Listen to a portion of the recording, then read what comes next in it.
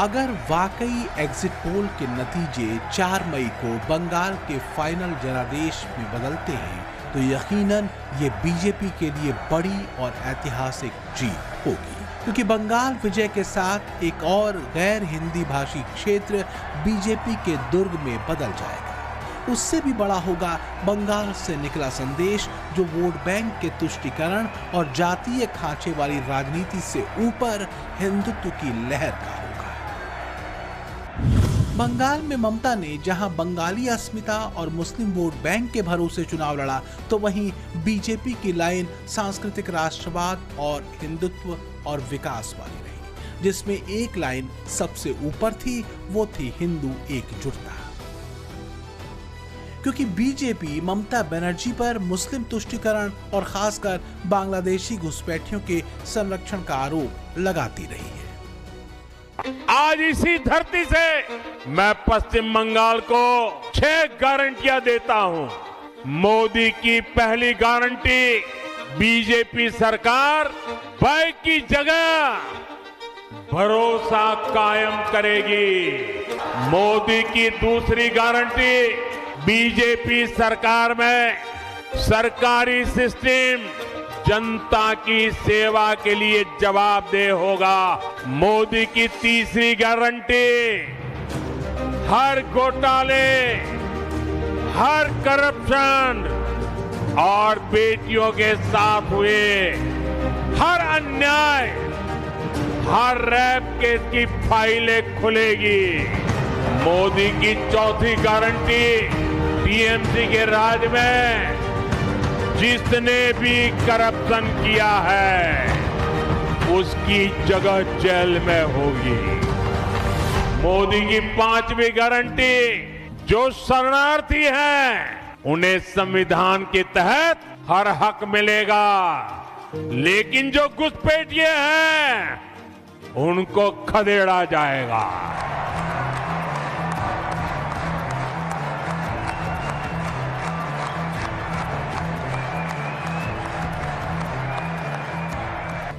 चार मई यानी सोमवार को अगर नतीजे एग्जिट पोल के मुताबिक आते हैं तो इसमें कोई दो राय नहीं कि ब्रांड मोदी एक बार फिर बेहद दमदार साबित होगा। बंगाल और असम से मिला जीत का पेस उत्तर प्रदेश में विपक्षी खेमे में हलचल मचा सकता है, क्योंकि यूपी के मैदान में मुस्लिम वोट बैंक और जातीय खेमे वाली राजनीति के भरोसे अखिलेश यादव और राहुल गांधी बैठे हुए हैं। तो क्या यही वजह है कि बंगाल चुनावों को लेकर एग्जिट पोल के नतीजों और चुनाव आयोग की तैयारियों दोनों पर अखिलेश यादव सवाल उठा रहे हैं? आपको याद होगा, रिवॉल्वर से वोट रोका जा रहा था, रिवॉल्वर लगा करके वोट रोक दिया था। और मुझे तो लगता है कि उत्तर प्रदेश में जो भारतीय जनता पार्टी ने, इलेक्शन कमीशन ने मिलकर के प्रैक्टिस की थी, ट्रायल किया था, उसका पूरा ऑपरेशन उन्होंने वेस्ट बंगाल में कर दिया और पूरा पैरेलल स्ट्रक्चर क्रिएट किया है सेंट्रल फोर्सेस का। दरअसल विपक्ष के पास और कुछ बचा भी नहीं है सिवाय आंगन को टेढ़ा कहने के। एक्सपर्ट कहते हैं कि विपक्ष की हार दर हार के पीछे वजह यह है कि उसके पास जनता के मुद्दे है ही नहीं। एजेंडा सिर्फ किसी तरह सत्ता में आने भर का ही बचा है।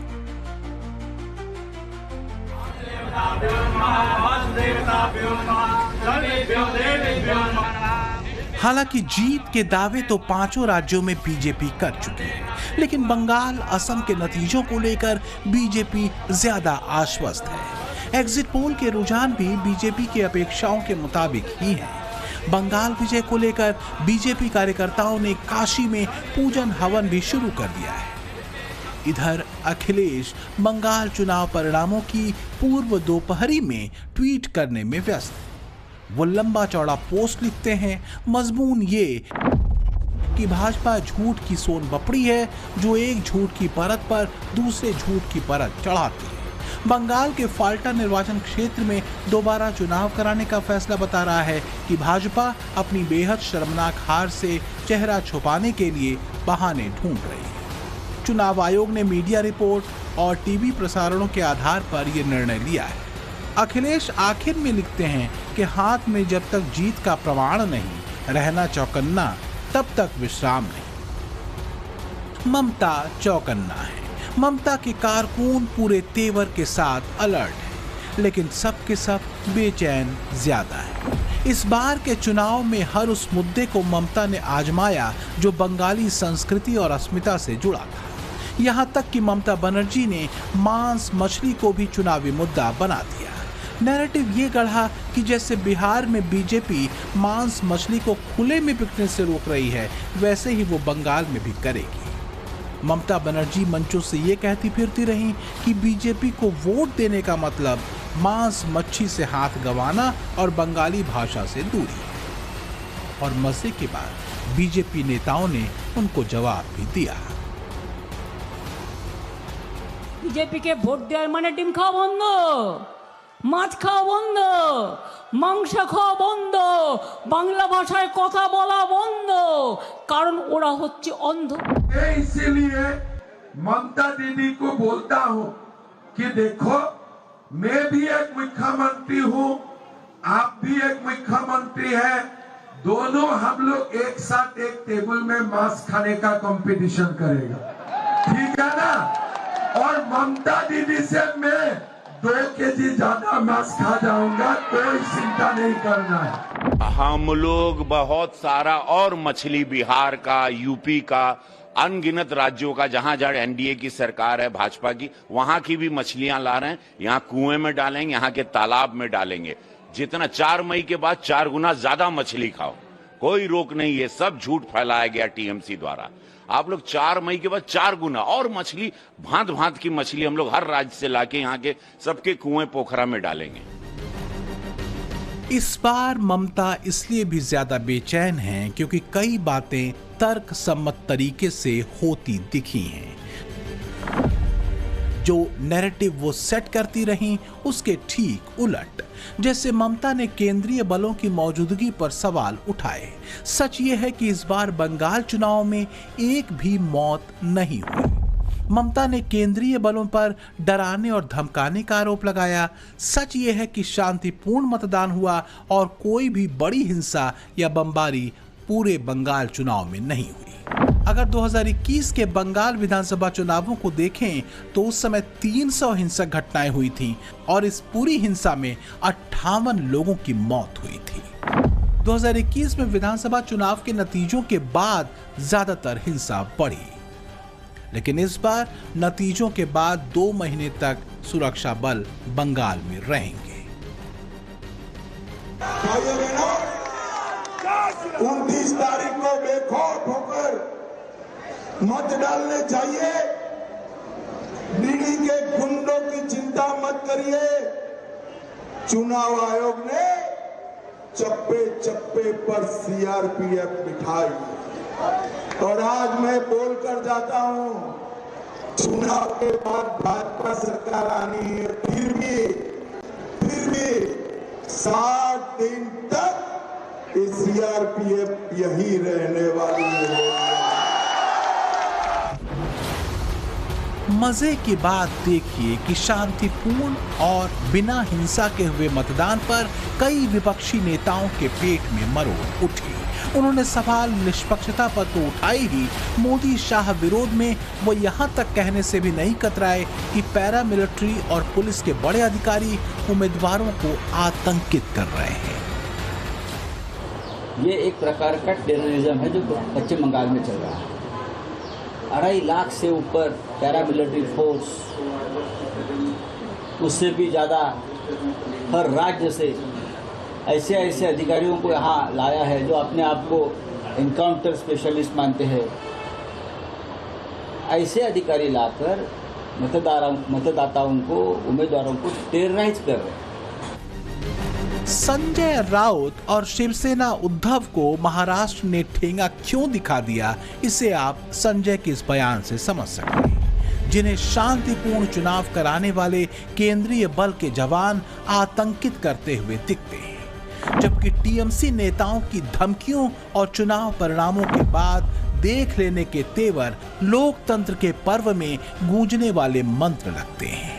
7 तारीखे तृणमूल आरामबाग जितुक बा हारुक, আমরা গতবারও আরামবাগ হেরেছিলাম, গোঘাট হেরেছিলাম, খানাকুল হেরেছিলাম, পুরসুরা হেরেছিলাম, কিন্তু উদারতা পার পেয়ে গেছিলে। এবার আমি নিজে দায়িত্বে থাকব। 4 তারিখ 12টার পরে কোন জল্লাদের কত ক্ষমতা আর কার দিল্লির বাবা কাকে বাঁচাতে আসে আমি 4 তারিখ দেখব। दुर्भाग्य ये कि जिन सुरक्षा बलों और जवानों की मुस्तैदी ने बंगाल चुनावों को इस बार रक्त रंजित नहीं होने दिया, जिन जवानों ने बंगाल चुनावों में एक भी लाश नहीं गिरने दी, जो जवान लोकतंत्र की रक्षा में दिन रात डटे रहे, उनका मखौल उड़ाने से भी विपक्षी नेता नहीं कतरा है। यहां तक कि चुनाव आयोग को ऐसी अभेद्य व्यवस्था करने को लेकर भी बधाई देने के बजाय उनकी मंशा और व्यवस्था को ही कटघरे में विपक्षी दलों ने खड़ा किया। क्या यह आसन्न हार की हताशा का नतीजा था? पहलगांव में ये सीआरपीएफ का डीजी इतना सब आर्म्स एमुनेशन कहाँ था?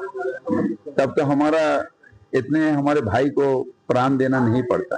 सब जो है सब पूरा फोर्स यहाँ पर क्यों? और ये सब इलाका में ज्यादातर कहीं पर कभी ईटा भी नहीं चला, बम गोली तो छोड़ दिए, ईटा कभी नहीं चला।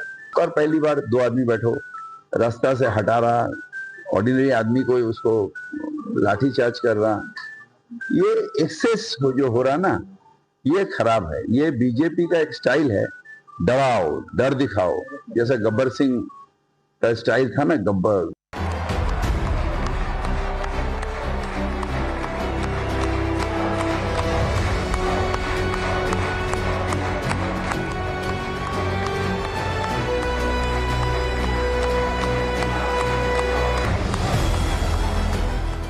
एग्जिट पोल के नतीजों का पश्चिम बंगाल के फाइनल नतीजों में बदलने का मतलब है ब्रांड मोदी का एक बार फिर रिवाइवल।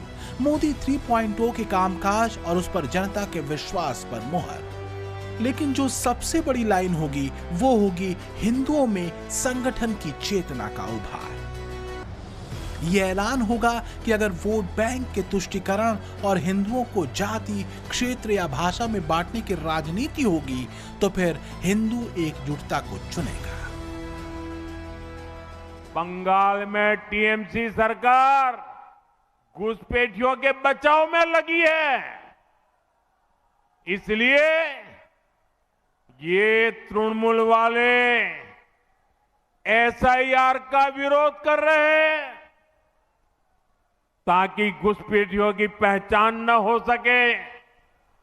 उल्टा टीएमसी सीएए को रद्द करने की धमकी दे रही है, यानी जिन शरणार्थी हिंदुओं को नागरिकता मिली है, ये उनकी नागरिकता छीनेंगे और वो नागरिकता ये किसको देंगे?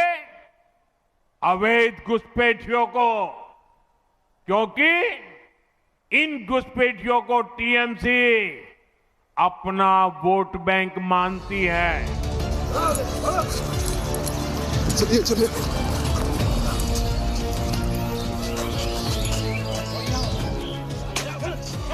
केंद्रीय बलों के जवानों और चुनाव आयोग से विपक्षी नेताओं की चिढ़ की वजह क्या यही है कि उन्होंने बंगाल के चुनावी रक्त चरित्र को इस बार सफल नहीं होने दिया। इस बार सुरक्षा की भावना ने दोनों ही चरणों में बेखौफ वोटर से बम्पर वोटिंग कराई, 90% के पार। कल के नतीजे वास्तव में मोदी 3.0 की अग्नि परीक्षा के बजाय विपक्षी प्रोपेगेंडा को जवाब होंगे। जो भी होगा देश की राजनीति की दिशा तय करने वाला होगा। ब्यूरो रिपोर्ट, टाइम्स नाउ, नव भारत।